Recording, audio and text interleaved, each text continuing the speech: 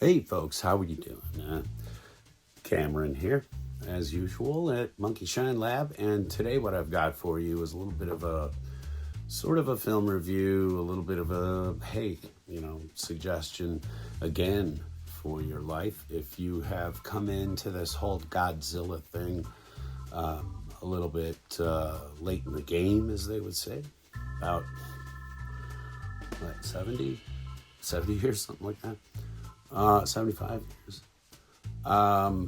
There's a lot to catch up on. And I wanted to talk about one film in particular today because it has sort of a checkered history with fans, and I'd like to clarify why, as well as talk about, a really good, solid sequel. When Godzilla came out, Gojira came out in Japan, it was a huge hit. It took a little while for it to get to America. And so by the time Godzilla King of the Monsters came out here, Japan had already moved on to the next installment. And that was called Godzilla Raids Again. And so I wanted to talk about this movie a little bit because it gets it gets maligned, okay? And I don't think that it necessarily deserves it. But there's a reason why a lot of people feel the way they do about the movie. Let's talk about it. When this movie came out, what they were intending to do was to scale back on some of the effects work that they needed to do. They wanted to make improvements to the suit. They wanted to add another monster. They wanted to make it more of an action film, if you will, from all different angles, because the original film is fairly preachy. It gets into some fairly obscure symbolism and stuff like that. And so in this case, they just kind of wanted to get it on with giant monsters. So they added a second monster called Anguirus, which is an ankylosaur, whatever that is. And this is not the same Godzilla because in Gojira, spoiler alert, in Gojira, the original Godzilla is killed with the oxygen destroyer.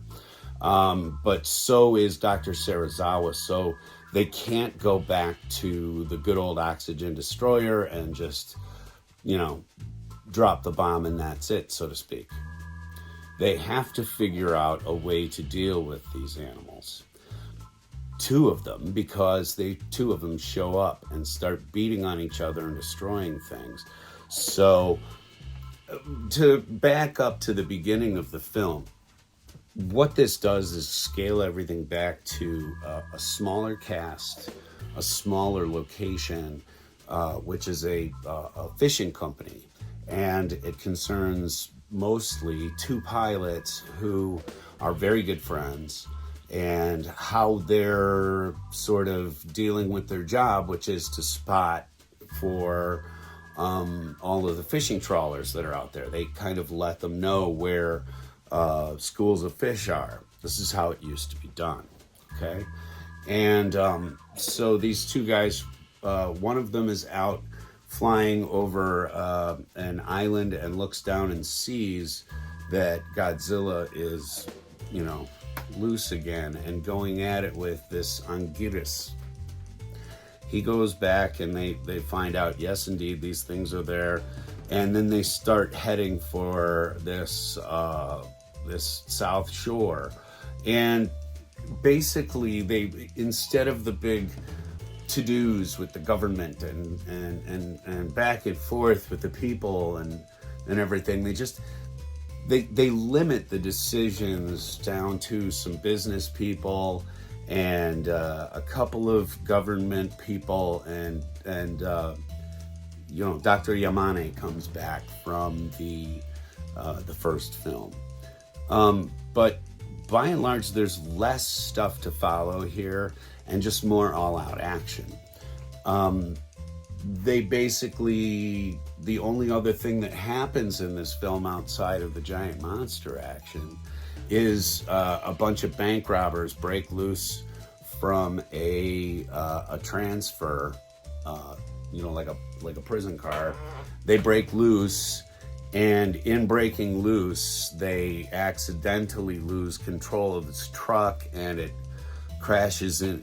Well, you'll see. It's nothing but action. Okay, the Godzilla suit that they built for this was more thin. It was more easily movable by the suit actor. And the other character, Anguirus, is also a person in a rubber suit, but on all fours. Some of the interesting things about this is one of the only Godzilla films of the early types, I believe, that really had sort of some bloodletting between the monsters. There's a bunch of great fights, which leads me to the first criticism that most people make. When they filmed these scenes, from certain angles, they didn't have the film speed set right. But because they had a budget, these shots were still okayed and used. But when you see the monsters fighting, some scenes they almost look like they're moving really fast. Okay, it sort of screws up the sense of scale, where when things are moving a little more slow motion and stuff, it looks like these things are much more Titanic from the shots they're getting. But this was a problem of the second unit director or something like that. I read the production notes about this movie a long time ago. But essentially, that's one of the first criticisms that people make. It really does, in a couple of key scenes of fights, the speed of the creatures and this, it looks a little silly. But you have to let your mind go, because, you're thinking about an irradiated set of dinosaurs in the first place. Is it really that difficult to turn your brain off from there? Well, I don't want to give anything away. How they deal with Godzilla is the first of many novel situations, but it does set up the next film. And they probably didn't do this with any foreknowledge, but it does set up the opening and how Godzilla appears in the next film, which is King Kong versus Godzilla. Yeah, King Kong got top billing. That's another story. Okay. Another reason people don't like this film is that the editing that they did to turn it into an American drive-in film of sorts, the editing and narration that they added in different scenes, and the character voices are ridiculous. This is where it really started to become stupid, to listen to the English translations that were put to these films. It's a disservice to the actors because it makes them seem oafish. Even the women seem two-dimensional and shrill, and just, it's awful. If you watch something in the original language, the acting is actually on par with anything that was shot at the time in any country. Okay? These films take on a different feel if you listen to the original soundtrack. Also, things like a ballroom scene and etc., they don't change the music to insane choices. Like there's a dinner scene where everybody's sitting around singing a Japanese drinking song, and they put it to Old MacDonald or something like that. I can't. I'm trying to remember. I guess I'll have to put in the American version and watch that again. I don't want to, though. The only way to see this film, if you really want to know what this film is all about, what it really, really, really feels like, you got to watch the Japanese version, okay? And this is an excellent set. These were put out by, I want to say, well, they were released by Sony, straight up. But also, these were released by Classic Media, which was also responsible for some of the worst cuts on home video for a very long time. It's kind of funny that these are now the standards, really, by which all of the rest of these things have been released. I would imagine that these are the exact same ones as in the Showa set, which is released by, I want to say Rhino, but maybe I'm wrong on that. I don't know. I just know it's way expensive, and I already own all the films on DVD. Blu-rays, by the way, are not going to clean these up or make them look any better. DVD is fine, because the negatives in a lot of cases were not kept in temperature and humidity stable rooms. And we're talking about the tropics here. You know, we're discussing Japan's summers.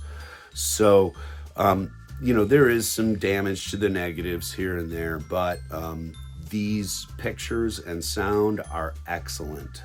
So this is the one I'm going to recommend that you pick up.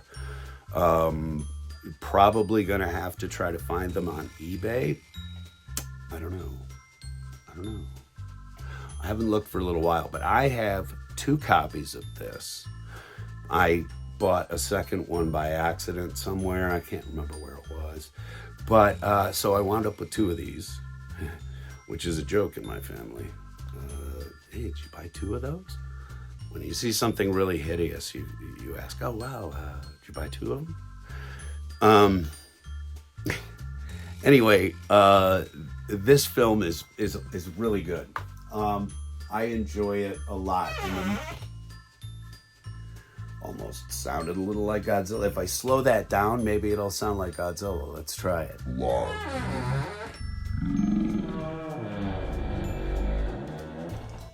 Did it sound? Did it work? They added by the way, this is Anguirus makes lots and lots and lots of repeat appearances throughout the rest of the catalog. So it's a good monster to get used to now. Seeing as I have 2 DVD copies of these, I will be sending this one copy that I have here. It was in my secondary stack of Godzilla stuff.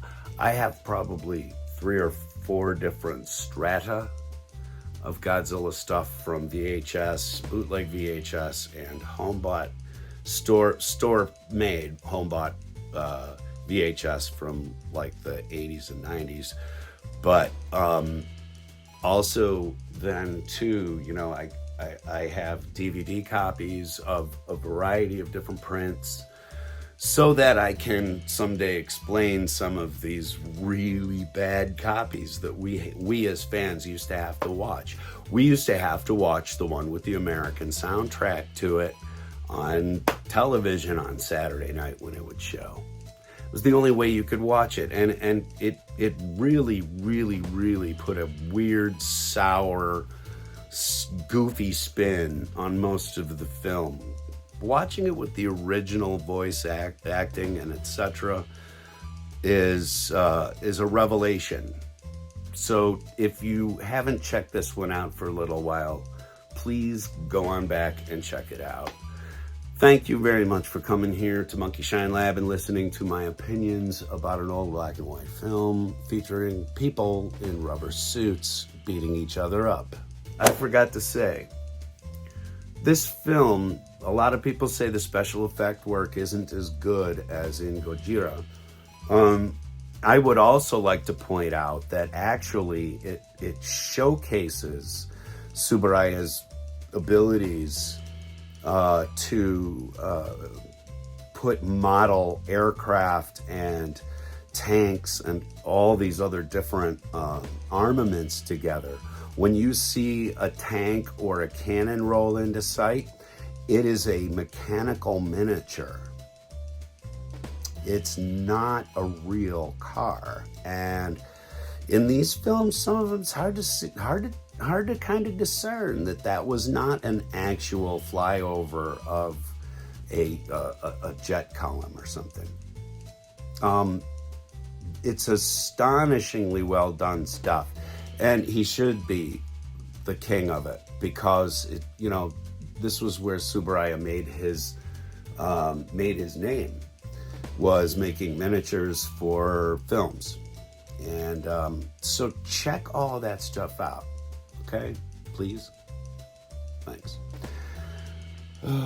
That's what I've got for you here, folks. Thank you very much for coming out to Monkey Shine Lab. We know there's a lot of people giving nerd opinions of films and TV and toys and other media out there on the internet, but we really appreciate it when you do come spend a couple minutes here with us.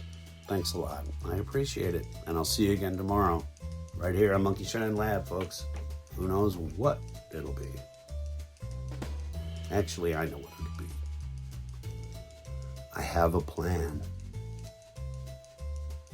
It may not seem like it, but I do.